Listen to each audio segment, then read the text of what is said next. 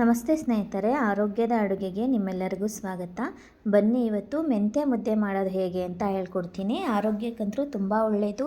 ಋತುಮತಿಯಾದ ಹೆಣ್ಣು ಮಕ್ಕಳಿಗೆ ಮತ್ತು ಬಾಣಂತನದಲ್ಲಿ ಇದನ್ನು ಕೊಡಲೇಬೇಕು. ಸೊಂಟಕ್ಕೆ ತುಂಬ ಗಟ್ಟಿ, ತುಂಬಾ ಆರೋಗ್ಯಕರ ಆಹಾರ. ಬನ್ನಿ ಇದನ್ನು ಹೇಗೆ ಮಾಡೋದು ಅಂತ ನೋಡೋಣ. ಇದನ್ನು ಮಾಡೋದಕ್ಕೆ ಮೊದಲು ನಾವು ಒಂದು ಹಿಟ್ಟನ್ನು ರೆಡಿ ಮಾಡ್ಕೋಬೇಕು. ಅದಕ್ಕೆ ನಾನಿಲ್ಲಿ ಸ್ವಚ್ಛವಾಗಿ ತೊಳೆದು ಒಣಗಿಸಿದಂಥ 1 kg ಅಕ್ಕಿನ ಹಾಕಿ ಹುರಿತಾ ಇದ್ದೀನಿ. ಜಾಸ್ತಿ ಹುರ್ಕೊಳ್ಳೋದೇನು ಬೇಡ, ಸ್ವಲ್ಪ ಬಿಸಿ ಆಗೋ ತನಕ ಹುರ್ಕೊಂಡ್ರೆ ಸಾಕು.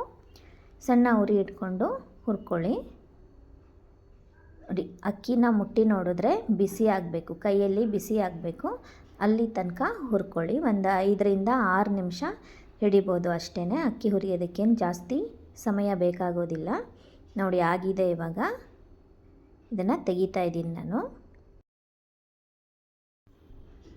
ಆನಂತರ 1 kg ಗೋಧಿನ ಹಾಕೋತಾ ಇದ್ದೀನಿ. 1 kg ಅಕ್ಕಿಗೆ 1 kg ಗೋಧಿನ ಹಾಕೋತಾ ಇದ್ದೀನಿ. ಗೋಧಿ ಕೂಡ ಅಷ್ಟೇ ಬಿಸಿ ಆಗೋವರೆಗೂ ಚೆನ್ನಾಗಿ ಹುರ್ಕೋಬೇಕು. ಹುರಿದು ಮಾಡೋದ್ರಿಂದ ಡೈಜೆಷನ್ ಕೂಡ ಚೆನ್ನಾಗಾಗುತ್ತೆ, ಒಳ್ಳೆ ಘಮ ಕೂಡ ಬರುತ್ತೆ.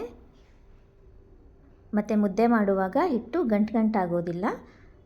ನೋಡಿ, ಗೋಧಿ ಕೂಡ ಕೈಗೆ ಮುಟ್ಟಿ ನೋಡಿದ್ರೆ ಬಿಸಿ ಆಗಬೇಕು, ಅಲ್ಲಿ ತನಕ ಹುರ್ಕೋಬೇಕು. ಆಗಿದೆ. ಇವಾಗ ಗೋಧಿ ತೆಗಿತಾ ಇದ್ದೀನಿ ನಾನು. ಇವಾಗ ನೆಕ್ಸ್ಟು ಮೆಂತ್ಯಕಾಳನ್ನು ಹಾಕೋತಾ ಇದ್ದೀನಿ. 1/4 kg ಅಷ್ಟು ಮೆಂತ್ಯಕಾಳನ್ನು ತೊಗೊಂಡಿದ್ದೀನಿ. 1 kg ಅಕ್ಕಿ ಹಾಗೆ 1 kg ಗೋಧಿಗೆ 1/4 kg ಅಷ್ಟು ಮೆಂತ್ಯಕಾಳು ಸಾಕಾಗುತ್ತೆ. ಮೆಂತ್ಯಕಾಳನ್ನು ಅಷ್ಟೇ ಕೆಂಪಗೆ ಹುರ್ಕೋಬೇಕು, ತುಂಬ ಜಾಸ್ತಿ ಏನು ಹುರ್ಕೊಳ್ಳೋದು ಬೇಡ. ನೋಡಿ ಹುರಿದಾಗಿದೆ. ಇವಾಗ ಇದನ್ನೆಲ್ಲನೂ ಬೆರೆಸ್ಕೊತಾ ಇದ್ದೀನಿ. ಅಕ್ಕಿ, ಗೋಧಿ ಮತ್ತು ಮೆಂತ್ಯಕಾಳು ಮೂರನ್ನು ಮಿಕ್ಸ್ ಮಾಡ್ತಾ ಇದ್ದೀನಿ. ಇದು ತಣ್ಣಗಾದಮೇಲೆ ಮಿಲ್ಲಲ್ಲಿ ಹಿಟ್ಟು ಹಾಕಿಸ್ಕೊಂಬರ್ಬೇಕು. ಹಿಟ್ಟು ಹಾಕಿಸಿ ಜರಡಿ ಹಿಡಿದು ರೆಡಿ ಮಾಡಿ ಇಟ್ಕೊಂಡಿದ್ದೀನಿ. ನೋಡಿ ಈ ಥರ ಆಗಿರುತ್ತೆ ಹಿಟ್ಟು. ಅನಂತರ ಇದನ್ನು ಮುದ್ದೆ ಮಾಡೋದು ಹೇಗೆ ಅಂತ ನೋಡೋಣ ಬನ್ನಿ.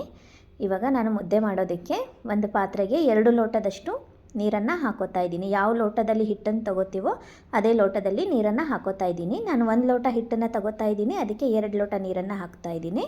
ಆನಂತರ 2 ಅಚ್ಚು ಬೆಲ್ಲನ ಹಾಕೋತಾ ಇದ್ದೀನಿ. ನಾನು ತೋರಿಸ್ತಾ ಇರೋ ಅಂಥ ಅಳತೆಯಲ್ಲಿ 4 ರಿಂದ 5 ಚಿಕ್ಕ ಚಿಕ್ಕ ಮುದ್ದೆಗಳಾಗುತ್ತೆ. ಬೆಲ್ಲ ನೋಡಿ, ಬೆಲ್ಲ ಕರಗೋವರೆಗೂ ನೀರನ್ನು ಬಿಸಿ ಮಾಡಿ, ನೀರು ಕುದಿ ಬರಬೇಕು. ಬೆಲ್ಲ ಕೂಡ ನೋಡಿ ಚೆನ್ನಾಗಿ ಕರಗಿದೆ, ಹಿಂಗೆ ನೀರು ಕುದೀತಾ ಇದೆ. ಇವಾಗ 1 ಲೋಟ ಹಿಟ್ಟನ್ನು ಹಾಕೋತಾ ಇದ್ದೀನಿ. ಹಿಟ್ಟು ಹಾಕ್ಕೊಂಡ್ಮೇಲೆ ಕುದೀತಾ ಇರುತ್ತಲ್ವ ನೀರು, ಆ ನೀರನ್ನು ಸ್ವಲ್ಪ ಎತ್ತಿಡ್ಕೊಳ್ಳಿ. ಯಾಕೆಂದರೆ ಮುದ್ದೆ ಏನಾದರೂ ಗಂಟಾಗುತ್ತೆ ಅಂತ ಡೌಟ್ ಇದ್ದರೆ ಈ ಥರ ನೀರನ್ನು ಎತ್ತಿಡ್ಕೊಳ್ಳಿ.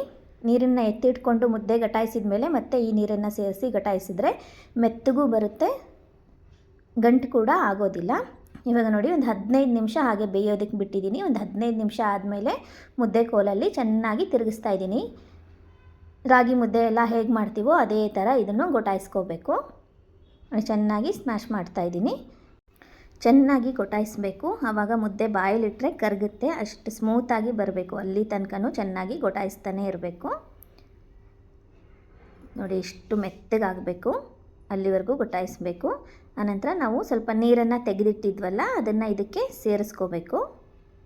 ಅದನ್ನು ಸೇರಿಸ್ಕೊಂಡು ಒಂದು 2 ನಿಮಿಷಗಳ ಕಾಲ ಬಿಸಿ ಮಾಡಬೇಕು. ಅಂದರೆ ಆ ನೀರು ಕುದಿಯೋದಕ್ಕೆ ಶುರು ಆಗಬೇಕು, ಅಲ್ಲಿ ತನಕನೂ ಅದನ್ನು ಹಾಗೆ ಬಿಡಬೇಕು. ನೋಡಿ ಈ ಥರ ಹಿಟ್ಟನ್ನೆಲ್ಲ ಒಂದು ಕಡೆ ಮಾಡಿ ಒಂದು 2 ನಿಮಿಷ ಇದನ್ನು ಹಾಗೆ ಬಿಡ್ತಾ ಇದ್ದೀನಿ.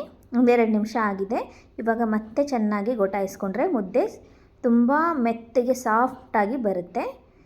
ನೋಡಿ 2 ನಿಮಿಷ ಆಗಿದೆ. ಇವಾಗ ಮತ್ತೆ ಇದನ್ನು ಗೊಟಾಯಿಸ್ಕೊತಾ ಇದ್ದೀನಿ.